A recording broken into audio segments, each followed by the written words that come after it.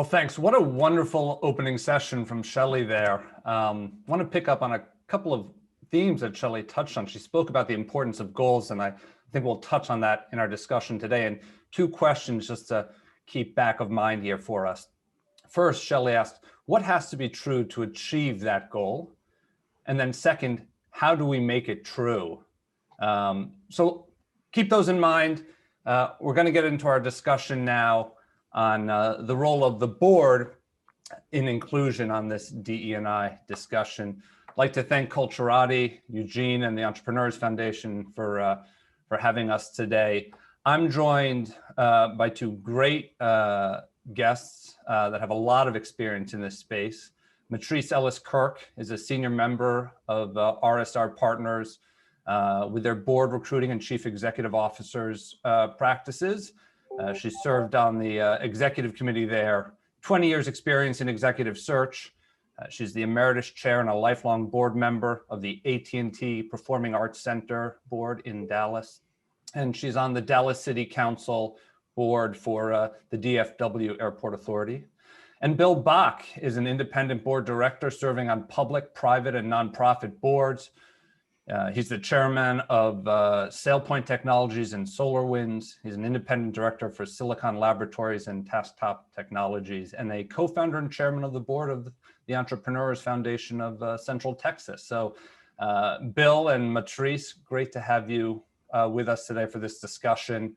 Want to just frame it a little bit with a few assumptions that we're going to assert as true, right? The business case for diversity has been made. It's really important that we keep talking about it, but we're not going to make that case here, right? We want to move on.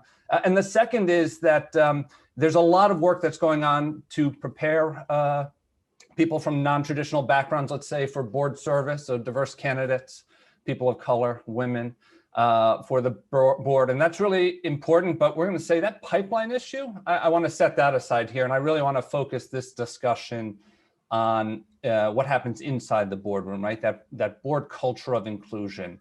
And so with that, I'd like to pick back up on that theme of that Shelley spoke to, right? What is that goal and what needs to be true to achieve it? You know, Melody Hobson, who's the chair of Starbucks, has said over and over again, D&I seems to be the one place in business that we don't set goals and hold ourselves accountable. You know, that stuck with me. So I'd like to put you a little bit on the spot here, Bill, but ask you a question and frame it up. You're chair of SolarWinds, probably, you know, the major corporate governance event and cyber event of last year. You just this week, I think, announced some really important responses from the organization and from the board, a new committee, a new CEO. You've added some new board members, really refreshed how you look at this. That's a great response to a significant event. And I'd ask you to think about, as boards, not specifically in any of your instances, but as boards generally, how should we be thinking about responding to what some might kind of describe as a crisis in corporate governance, namely the slow progress we've made on diversity, equity, and inclusion in the boardroom? So, Bill? Thanks, Marcel. And you bring up the SolarWinds experience that, you know, has been particularly intense since the breach that was disclosed on December the 12th. You know, it's been an amazingly busy time and has engaged the board fundamentally.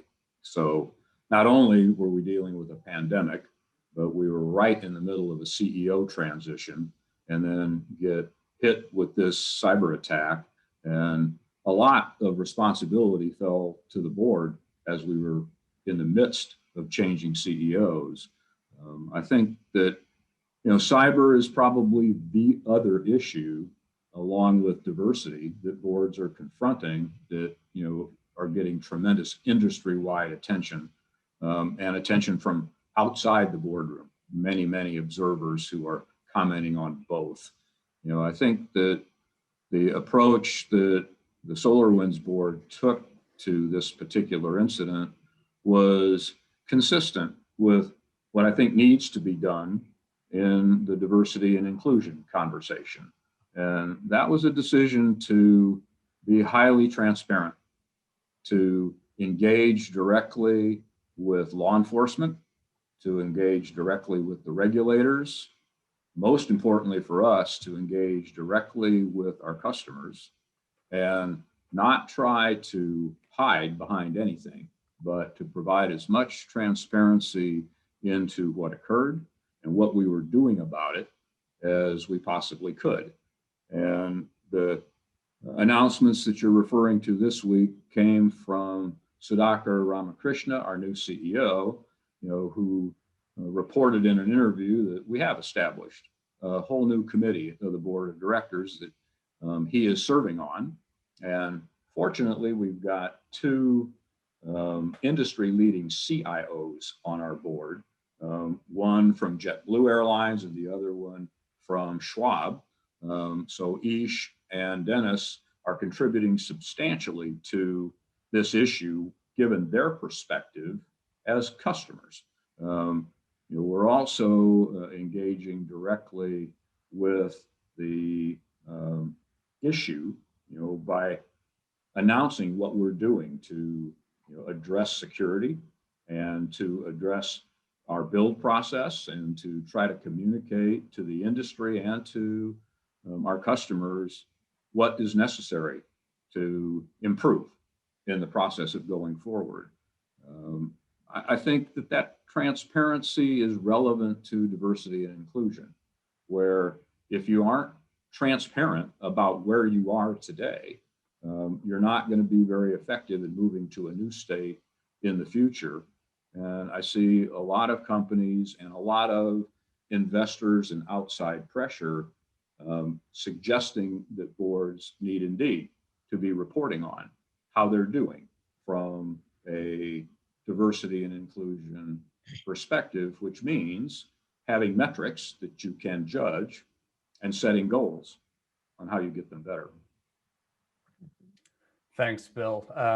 Touched on a really key theme there of transparency, and part of that transparency, of course, is knowing, being honest with yourself about where you stand as an organization. Mm-hmm.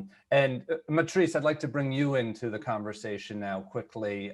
You're not only a board member yourself, but you've also been decades of experience being that trusted advisor to boards as they think about the skills they need, how they grow the board in the right direction. And of course, that's been an evolving discussion over time. And so it's really interesting to take a moment now with you and see where we are today in that conversation. And so I'd ask the question to you this way, what do you see the board's responsibility as being in this? And what about the responsibility of the individual director? And one of the other things that I want to pick up there, that we heard from Shelley that I think plays a role here is that notion of intentionality. So, mm-hmm. Matrice, please share your thoughts there, and then we'll see where we go. Yeah, thank you so much, Marcel, and thank you to Eugene and Stephen for making this all happen. Such an important topic. And the way I always start with everything is the tone starts at the top. So what happens in the boardroom is what then the organization is reflective of. It's as Shelley was describing her experience with her child, you can't expect your children to do what you can't emulate in that environment. Sometimes that's a really hard message to share. So I would say certainly transparency is important as Bill's just described. But holding yourselves accountable in that room is very important around diversity and how you talk about the issues that are important in a boardroom. Having those diverse views are extremely important and beneficial to the stakeholder value of that company. We certainly have looked at what the role and responsibilities are of a board. You want a board who's focused on the strategy and mitigating risk and all of the things that one does, succession. Having diverse voices in that room is very important. And being able to ask questions. I mean, that is the purpose of a board, to really probe and to ask the CEO some of the questions that can be tough, but are focused on the long-term value of that company, which you hope that is the focus of that board. One of the things I'm struck by and really was impressed with the letter this year that Larry Fink sent with BlackRock, really talking about the benefits of companies articulating their purpose and understanding themselves relative to the ESG profiles, and the fact that those companies that have a purpose and have a focus around ESG have outperformed their peers. So there is data that is out there that demonstrates that having that diverse boardroom is important, and being able to have those conversations are important. So what I would say is that it is I think very important for every board member to have the question of what do we look like, who are our peers, who do we have sitting around the table, and what value can they bring or dimension can they bring to the conversation that can be additive, different, and allow us to further the goals that we've set. And I do think, as Melody described, it is extremely important to measure it. What can I, Matrice, Yeah, one please. question just to push you a little bit further on that, because when you say that every director has those questions ready, I mean, I assume you're not speaking rhetorically there.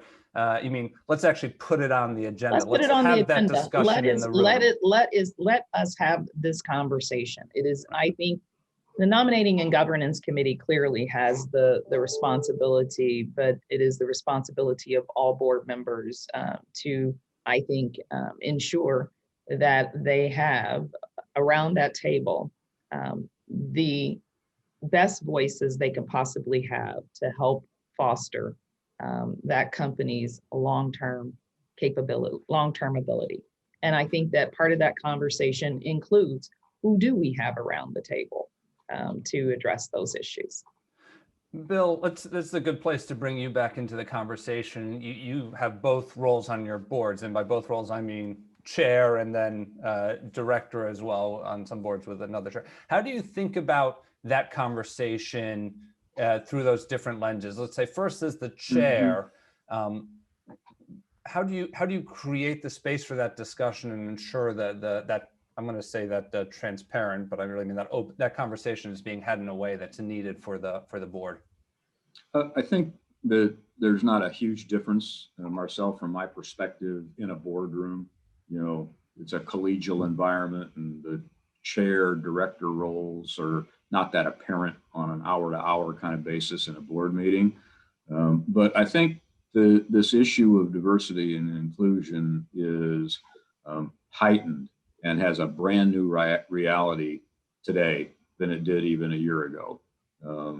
We went through a period of time where I think that board diversity was mostly about improving gender diversity, and many boards made progress in that regard. In fact, if you look at the data over the last several years, new directors are almost 40% women.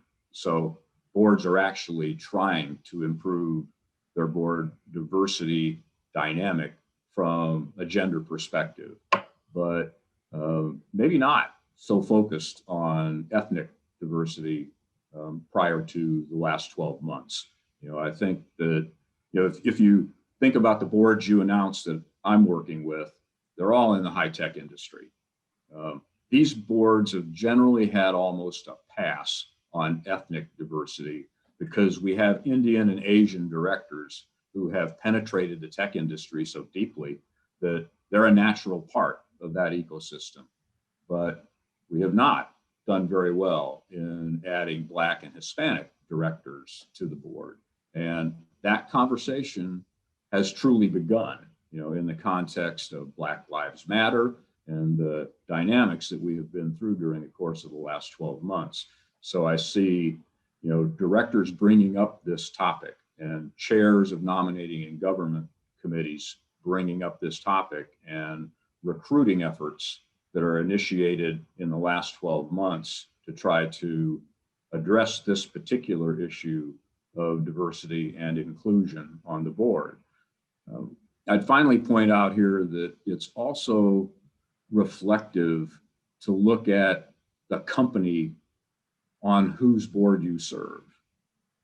Most of these companies don't have very successful track records in terms of inclusion with Black and Hispanic employees. And it's one thing to address the issue of a 9-member board of directors, quite different when you look at what needs to be done across an employee population that numbers in the thousands. That's a good point. Matrice, you want to add there at all when you think about the boards you serve on and the organizations you oversee? Yeah, I think that, from, and Bill's spot on, the numbers are not there. I think Women 2020 has become Women 50-50 because, you've exceeded the 20% for the Russell 3000. So, they now want, now the goal is 50%. The numbers are still lower than the population averages for Latinos and African Americans. So, there's still tremendous opportunity to bring on qualified executives that are African American and Latino. So, there is a population of people that are available and capable and board ready. So there's not a lack of talent. It's a function of being able to have the networks necessary to know where they are and to invite them to the party, if you will. So, it is still a challenge and for companies. And I think that the numbers are certainly there, that there should be more. So I'm excited, Marcel, quite frankly, where we are in this time, because the aperture has opened to consider both African American and Latino executives. Let's stay with that for a moment, because Bill alluded to it and you focus in on it right there. How boards define diversity is a really critical piece here. Do you want to speak to that a little bit? How sort of you yourself are defining diversity, perhaps, and how you've worked with some of the boards on doing that, and then Bill will ask the same to you. Yes, and I think it's important to continue for a board to continue to build out their skills matrix. I think that the best practice around identifying the skills that you need, and also looking at the demographics of the board. More times than not, most boards will have diversity as a component of their skills matrix. I think that at this stage, it's important to break that down, even to refine it in a way in which you can identify female, African American, Latin, Asian, LGBTQ. There are other ways, geography. There are other ways to look at this, and I think that those are all important. And I think that quite frankly, the boards that are doing that are seeing better. I think better slates of candidates, because they're asking the question. I want to see more. I want to see more Blacks. I want to see more Latin Americans. It's not good enough to just have one on the slate of candidates of each. You're over the Rooney Rule. More. Absolutely. Yeah. Bill, anything you want to add there on this definition of diversity? Well, let me add a comment on inclusion. Please. One of the things that I've observed over my career are that the boards that I have interfaced with, whether I have been a director or working with these boards as a member of management, is they tend, in my world, to be highly technical. It's not uncommon that 80% of the board members are engineers. And it influences the board conversation when you get into talking what they think is strategy, because it tends to be technology. And a director who isn't that savvy in the bits and bytes of the science, tends to be quiet. And I think to become inclusive, we're going to need to add directors to these boards that come from different disciplines. Might not be an electrical engineer or a computer scientist, but you have to give those directors the opportunity to contribute and not be negative, if they're not engaging on what the latest, scientific direction the company is going to take. So you have to open your lens to be respective of other ideas. And, I think a lot of those ideas are going to have more to do with the employee population, with the notion of culture, with the market that we serve, with the way we image ourselves to the customer base. And those are equally important. Let me And follow it's up. also, Go ahead. as you think about it, Bill, what I'm fascinated by is when you really start to have conversations around corporate purpose, and really honing in and understanding that aspect of a company and how they do business and what it is that they're trying to accomplish, their long-term values. I do think that creates a completely different conversation in the boardroom and can potentially elevate the business to be able to think about those things that are disruptive, those things that are coming forward. I mean, it is a very different conversation. So yeah, you mentioned the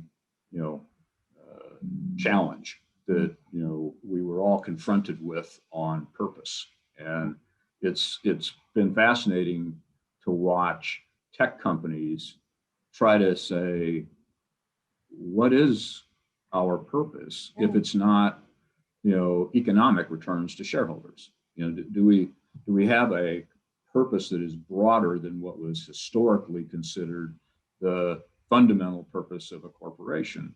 And I think that fits very nicely into this whole discussion of diversity and inclusion, because if you in fact embrace a purpose that is broader than just an economic return, then diversity and inclusion can actually be a reasonable part of that. That you could have previously argued from an economic point of view, maybe not. So this is a healthy direction that I think we're headed in.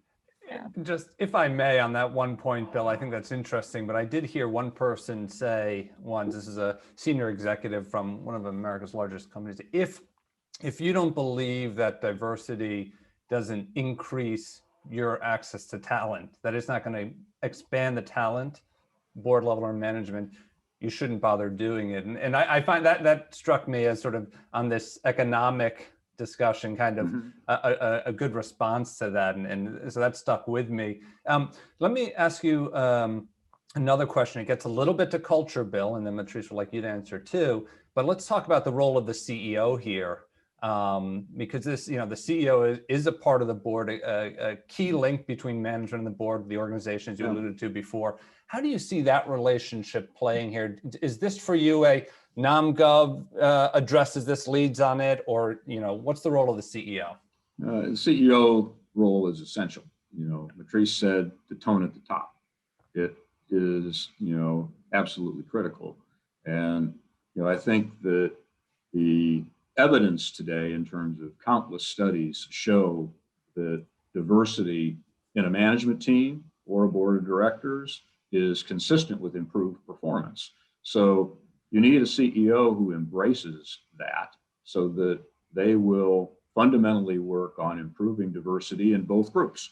You need a more diverse management team and you need a more diverse board, and you have to fundamentally believe that will improve your performance.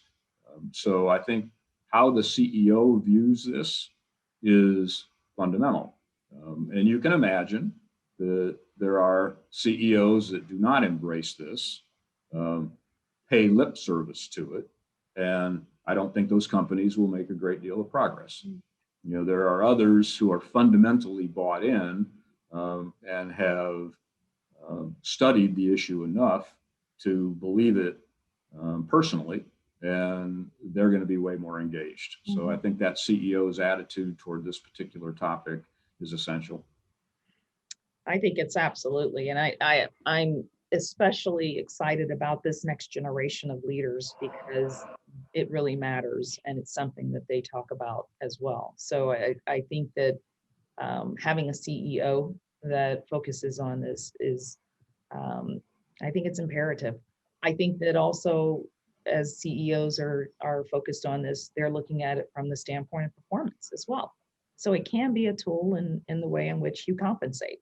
And it can be a tool that even boards can compensate with their CEOs as well. So, I'm excited about this generation of executives and the way in which they're talking about diversity, inclusion, and the whole community. When you start talking about corporate purpose, the communities that they're serving in, the communities that they have at work, as well as the customers and other stakeholders. So, Matrice, let's stay with that for a moment, because you talked about this next generation of leaders that are coming up, and Shelley spoke to that a little bit as well, right? Leadership is changing the way we define and view it. But as these individuals come up from, and begin to prepare to enter the boardroom, they're interviewing for these board roles. They're interviewing the board as much as the board is interviewing them. What are some of the things they should be thinking about if they're looking for that inclusive board that Bill spoke about before, if they're looking for that CEO that's committed to this, if they're looking at that purpose question? When you work with the folks that are thinking about that or doing those interviews, how do they approach that? Well, it's interesting because I always tell my clients who are the boards that my candidates are also interviewing them. So it's not just a function of, are these the people that you want to sit across the table with? It's also from the board member standpoint, are these the people that you want to sit across the table with? We all want there to always be good times in a boardroom, but sometimes you have business situations that happen. You have COVID that occurs. You have activism, you have hostile takeovers, all those kinds of things. So you want to make certain that those are the people that you want to be able to sit across the room with in difficult times as well as good times. So, it is an interview of equals. And in that environment, you want to make certain that you're able to articulate why you are there, what it is that you do, and why should this person want to be in that boardroom, as well as what can they contribute and what do you see the value of that board providing that CEO, that company, those stakeholders. I think that all of that is very important in the conversation around boardroom service. It's not just to be in the club, but it's to have value in that environment that you can demonstrate and be excited about and continue to learn. I mean, the one thing that I'm always fascinated with is when I speak with candidates, they're always telling me the board members that they've met who are interested in continuing to learn, who are asking questions, who are inquisitive. That's what's exciting about a boardroom, and that's what's exciting about this space. And so being able to have that experience, I think, is very important. So, Bill, as you speak with individuals that come to you and say, I want to be on a board, how do I think about it? What advice do you give them thinking about that next step in their career? I get those kind of inquiries all the time. And, Marcel, frankly, I get a lot of them from male Caucasians who, are in an environment right now where, most of the board searches that I've seen or been engaged in have been diversity searches for the last several years. But I think that, to, the prior presentation here, Shelley talked about preparation. What do you need to do to demonstrate that you can be on a board?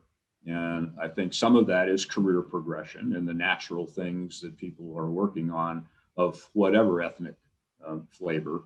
But ultimately, there are a lot of other things that you can do, including, for example, an easy step, which is start in a nonprofit environment where getting on a nonprofit board is relatively easy. Another approach is perhaps to look for a private company board opportunity and begin to demonstrate that you care enough to build the skill set that is going to translate to the board of directors. So, my sense is for anybody asking those questions, you need to start to build that resume in whatever way you can. And ultimately, you've got to get the first one. And when you have succeeded in getting an initial board role, and in particular, an initial public company board role, then adding to that across the rest of your career comes more easily. One of the things I would say here that I think is important for boards and CEOs is to encourage senior members of their management team, including that CEO themselves, to seek and achieve board status while employed. It is an absolute two-way street. Your employer will get more out of your board service to somebody else than you give the company that you're serving on. And there's just too many examples where employers restrict or deny senior level executives access to board service. And in my humble opinion, I think that's a misguided approach. Thanks for that, Bill. We're coming up on time here, and I want to finish with one kind of closing question for each of you, but your points there are really well taken. We see a lot of great work going on out there around board prep, including NACD, where I work. We launched a new program similarly, NACD Accelerate, about helping really preparing for this different environment, as you alluded to, Matrice, that directors and boards are working in, and Bill, as you've experienced. But let's leave with this question, perhaps. And Bill, I'm going to sort of put you on the spot here too a little bit, because you brought up white males that are trying to navigate this discussion. I think a lot of times maybe feel uncomfortable or uncertain how to engage. So, but for directors in the boardroom that want to engage on this topic, whether it be supportive or perhaps, as Matrice noted, bring it up in discussion, what step or two would you encourage a director to take, Bill? And then Matrice, I'm going to ask you to close with the same question. I think the natural approach is, if you're sitting on a public company board, is you want to get this dialogue occurring in the Nominating and Governance Committee. It's where the fundamental board structure responsibility resides, and is a natural and an appropriate place for that to occur. One of the things I like about the public boards that I'm on are that we invite every director to at least sit in every committee. They're not restricted from a view, and that frankly provides any director, whether you're on the audit committee or on the comp committee, the chance to engage in this conversation with those on the Nominating and Governance Committee that are responsible for it. You can very easily bring it up. That's the first step I think should be taken. In the background, having this conversation directly with the CEO is available to every director, and that should be done as well. Thanks. Matrice, same to you. Bill is spot on. Those are all important. I would also say that through this process, it's always important to expand your own networks. To not, while we all are very comfortable with our existing networks, I think it's important to continue to expand those. I think that experience, that exposure, allows you to ask very different questions. I think that it is important, as you have a slate of candidates, that slate must be diverse, and not diverse with just one person on that list, but a strong list of diverse candidates on each slate of candidates that you have for a board assignment. I think it's important to also understand where populations are. And I shared an example earlier where a client might want a qualified financial expert that is Black, that is with a Fortune 50 company. You have to understand where the population of executives are, and it is still a numbers game at the end of the day. So make certain that as you're looking at your slate of diverse candidates, that you're not asking for the impossible with that individual or that slate of candidates. Well, that's outstanding. Bill and Matrice, I want to thank you so much for sharing your experiences, perspectives today. This is an important conversation, and one that I know is going to continue throughout today at the rest of the Culturati events. There's some more great discussions coming up. And I know one that, at least when I speak on the behalf of NACD, we're going to continue to focus on. And for those in the Austin region, would encourage you to reach out to my colleagues at the Texas Tri-Cities chapters. And I know that everyone's eager to keep engaging in this discussion. And obviously, for anyone sitting on boards that would like more information on how they're doing it, I think Bill and Matrice are available, and the Entrepreneurs Foundation is a great resource. And I would offer up NACD as well. So thank you to both of you, and Eugene, thank you. And I'll turn it back over to our host.